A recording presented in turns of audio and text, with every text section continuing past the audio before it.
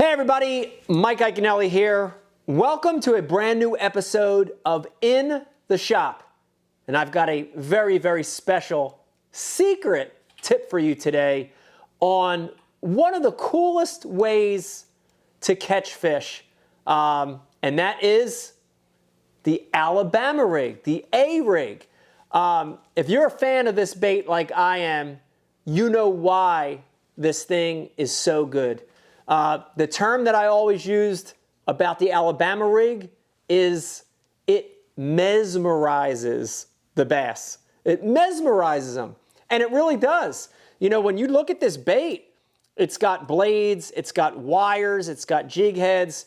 It looks complicated and bulky, but when you see the A rig in the water, when you see the way these little swim baits and blades swim together, this is one of the best, if not the best, rigs for mimicking a school of bait fish, okay? That's why this A rig is so good.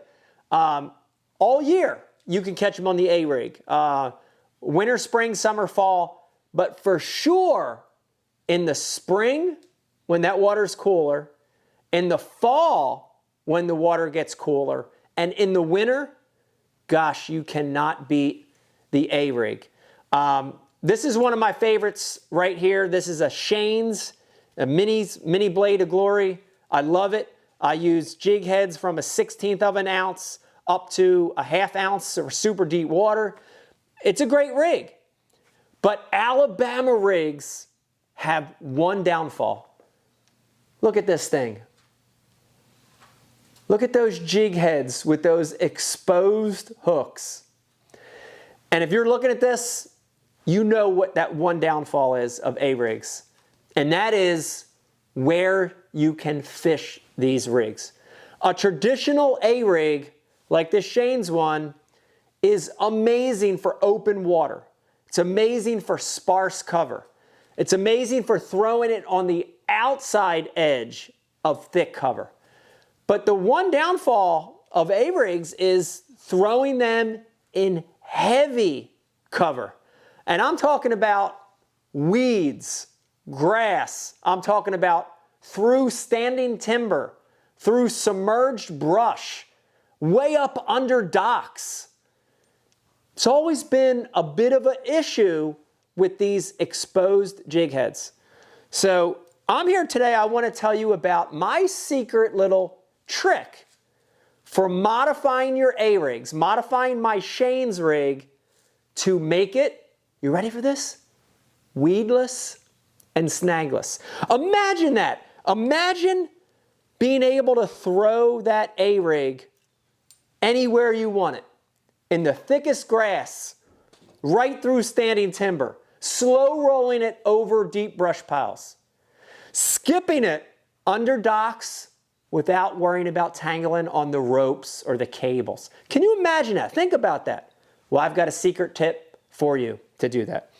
And it's real simple. And there it goes. Once again, this is one of my favorite A rigs out there. This is a Shane's mini blade of glory rig. If you look at it, it's a 5-wire. It's got 4 side arms with a main down arm. It also has 4 small willow blades on it. It's a great rig. So here's the trick. And you can do this with any of your favorite baits. You can do this. And it is, instead of using a traditional exposed jig head, a ball head or a darter head, we're going to use a weedless swim bait hook. Okay? We're going to use a weedless swim bait hook and attach it to those snaps instead of a regular jig head. You know, talking about these weedless swim bait hooks, I use them weightless for real shallow water, for keeping it over grass where there's only a little window of grass. But more traditionally, I'm going to use a VMC Ike-approved weighted swim bait hook. I'm going to use sizes. You see right here, this is, let's see, this is the 1/8 ounce. I'm going to use them from a 1/16 of an ounce all the way up to some of our heaviest ones that weigh a 1/2 ounce. And the VMC weighted swim bait hook has this really cool shaped keel weight on the shank of the hook, right? On the body of the hook. And that helps keep this rig from riding straight because it's sort of flat. So it keeps everything keeled, it keeps everything nice and straight. My rule on weight of the hook is use the weight that's appropriate for the depth of water you're fishing. I use this one a lot, which is 5 1/8 ounce weights. I use the 3/16 ounce a lot. I even use the 1/4 a lot for deeper water. But when you add all that weight together, you've got a rig that you can throw and control and fish at a lot of different depths. Okay, so there it goes. Look at it. It's got 5 VMC Ike-approved keel weighted swim bait hooks on it. And last but not least, now that you've got the hooks to allow you to fish this through snags, through cover, through weeds, now we've got the hooks. Now we're going to add the bait. And I stick with swim baits. I stay with the same shape that I'm so confident with exposed jig heads. And this right here is one of my favorites. I like the Berkley Power Swimmers, which is a boot tail style swim bait. I love these things on the Shane's rig. I love them on jig heads, and I also love them on the weedless swim bait hooks. I like the 2/8s. I like the 3/3s, you know, even up to 4 or 5 inches. The main thing with picking a swim bait, okay, picking a boot tail style swim bait, is pick one that mimics the size of the forage you're fishing. So be conscious of that forage that's there and pick one that mimics the size of that forage. If it's shad, alewife, is it herring, is it little bluegills, is it minnows, darters, whatever it is, pick a swim bait that mimics the size, okay? So here's the 3/3. I love this size. The 3/3 is great because it looks like a lot of forage in a lot of places.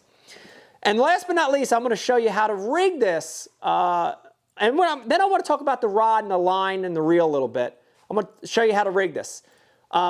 Again, this is a very typical, what I would call weedless or keel weighted swim bait hook.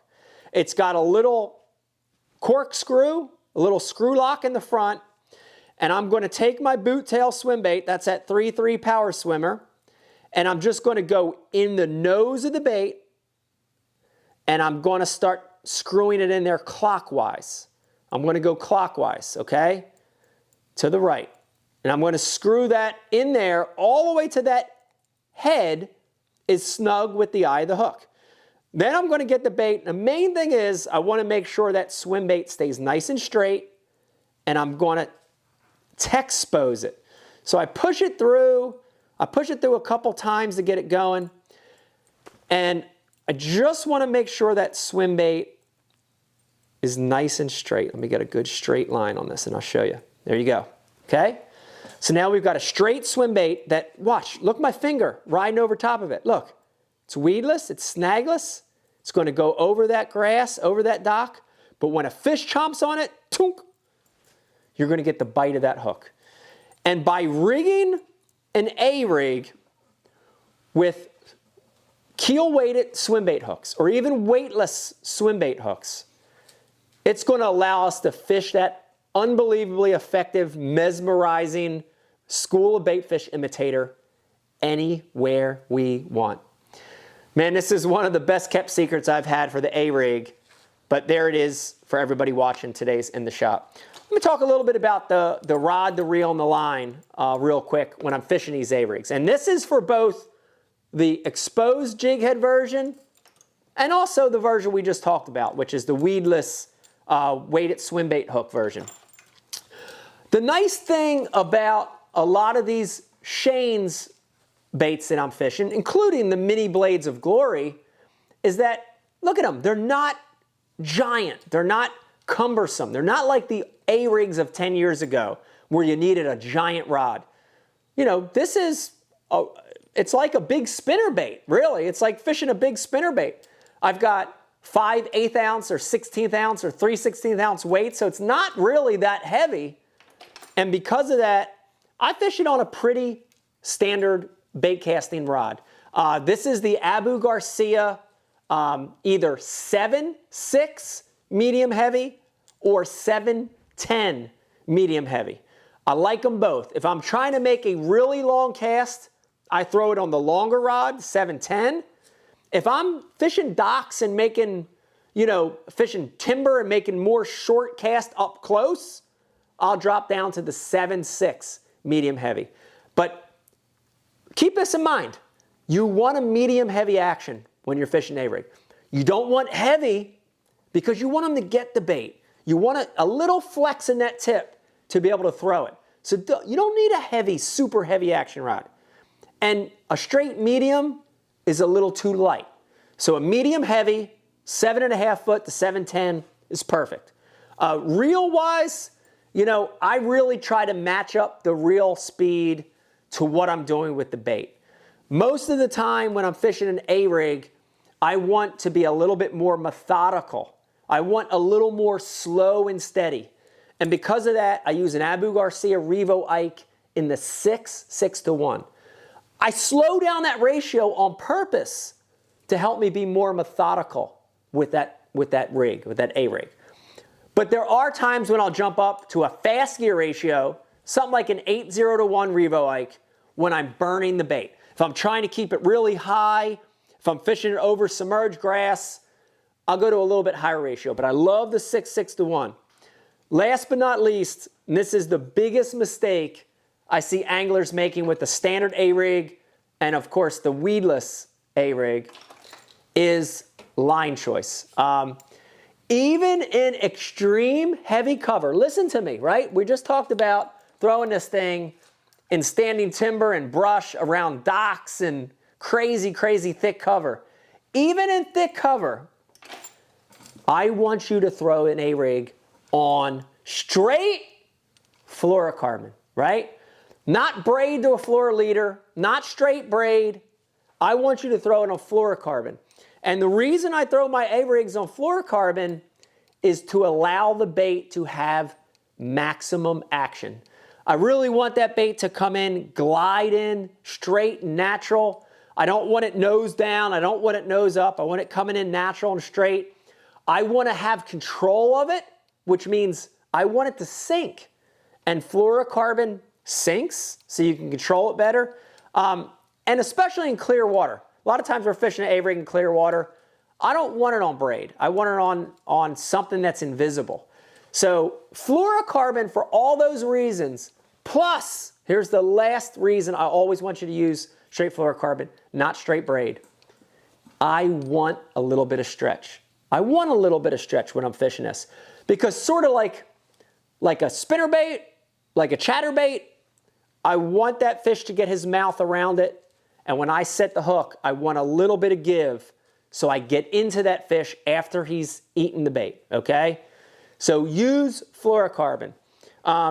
Depending on that thick cover, I'm going to use anywhere from 12 and 15 pound fluorocarbon on the light side, all the way up to, you ready? In the thickest, nastiest cover like standing timber, trees, and brush, I'm going to go up to a 25 or 30 pound fluorocarbon for that A-rig. And it's the perfect heavy fluorocarbon for heavy cover. Man, if you're like me and you love throwing an A-rig, you got to give this modification a try. Use weedless weighted swim bait hooks. Use weedless weightless swim bait hooks. You're going to be able to present your A-rig like this Shane's Mini Blade of Glory in places you would never ever throw a traditional A-rig.